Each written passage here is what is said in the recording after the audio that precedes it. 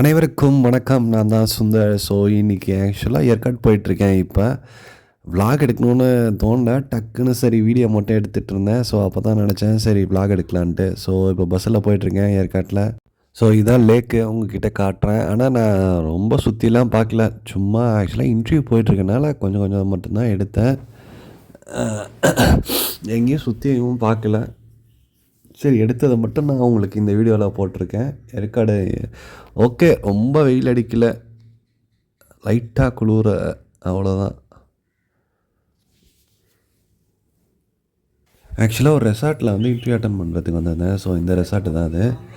So அங்கே swimming pool இல்லை, இது ஒரு ஃபவுண்டைன் மாதிரி ரிசப்ஷன் போகிறதுக்கு. ஸோ இப்போ தான் போய் இன்டர்வியூ அட்டன் பண்ணுறேன். ஸோ இன்டர்வியூ அட்டன் பண்ணி முடிச்சுட்டு உங்களுக்கு வந்து சொல்கிறேன் காய்ஸ். ஸோ இன்டர்வியூ அட்டன் பண்ணி முடிச்சிட்டேன். இன்டர்வியூ அட்டன் பண்ணி முடிச்சதுக்கப்புறம் பார்த்தா என் ஃப்ரெண்டு ஒருத்தர் அந்த ஏரியாவில் இருந்தார். ஸோ அவங்க அவர் ஒர்க் பண்ணிருக்க ப்ளேஸில் போய் உட்காந்து வீடியோ எடுத்துகிட்டு இருந்தேன். ஸோ அவர் அந்த லேக் பக்கத்தில் தான் இருந்தார். ஸோ அதனால தான் அந்த வீடியோ எடுத்திருந்தேன். என் பின்னாடி பாருங்கள், அந்த லேக் தெரியுது பாருங்கள். ஸோ திருப்பியும் தான் எடுத்துகிட்ருக்கேன். ஸோ ஏற்காடு பற்றியும் ஒன்று சொல்லணும் உங்களுக்கு. ஆக்சுவலாக ஏற்காடு வந்து பார்த்திங்கன்னா 20 பெண்டு தான், ஹேர் பின் பெண்டுன்னு சொல்லுவாங்க. ஸோ ஈஸியாக மேலே வந்துடலாம். சில் கிளைமேட்டு தான். ஆக்சுவலாக நீங்கள் சம்மர் டைமில் போனீங்கன்னா நல்லா என்ஜாய் பண்ணலாம். நீங்கள் ஆக்சுவலாக நிறைய ரெசார்ட்லாம் இருக்குது. உங்களுக்கு ஹோட்டல்ஸ் இருந்தாலும் கூட இருக்கும். இங்கே செக் பண்ணிக்கோங்க அவைலபிள் இருக்கா. நீங்கள் இங்கே வரும்போது சம்மர் டைமில் வரும்போது புக்கிங் பண்ணிக்கோங்க ஆக்சுவலாக. ஸோ சம்மர் டைமில் மேலே வந்தீங்கன்னா சும்மா சூப்பராக இருக்கும் உங்களுக்கு. ஆக்சுவலாக கிளைமேட் நல்லா என்ஜாய் பண்ணலாம்.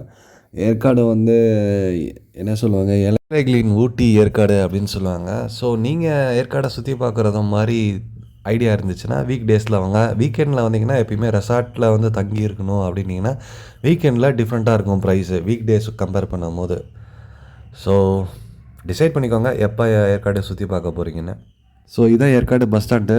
என் ஃப்ரெண்டு கூட தான் வந்துட்டுருக்கேன் இப்போ நான். ஸோ பாருங்கள், பஸ் ஸ்டாண்ட் ரொம்ப சின்னதாக தான் இருக்கும். Yercaud bus stand.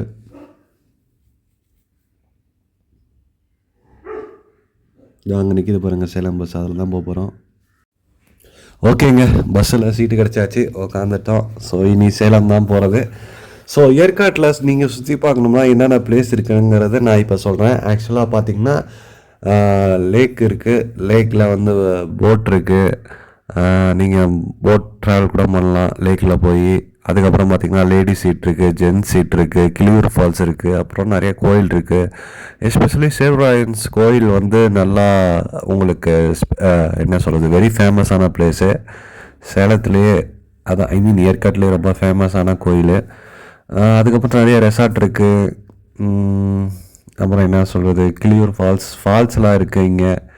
எனக்கு தெரிஞ்சது இவ்வளோ தான். பட் ஏற்காட்டில் என்னென்ன விளையுது அப்படின்னு பார்த்தீங்கன்னா காஃபி, மிளகு, பலாப்பழம். ஸோ எனக்கு தெரிஞ்ச அளவுக்கு இது இவ்வளோ தான் விளையுதுன்னு நினைக்கிறேன். நான் இன்னும் ரொம்ப சுற்றிலாம் பார்க்கல ஏற்காடு. ஸோ எனக்கு தெரிஞ்ச இன்ஃபர்மேஷன் இவ்வளோ தான். ஸோ உங்களுக்கு ஏதாவது இன்ஃபர்மேஷன் தெரிஞ்சிருந்தால் மறக்காமல் கமெண்ட் செக்ஷனில் கமெண்ட் பண்ணுங்கள். ஸோ தேங்க்யூ ஃபார் வாட்சிங் திஸ் வீடியோ காய்ஸ்.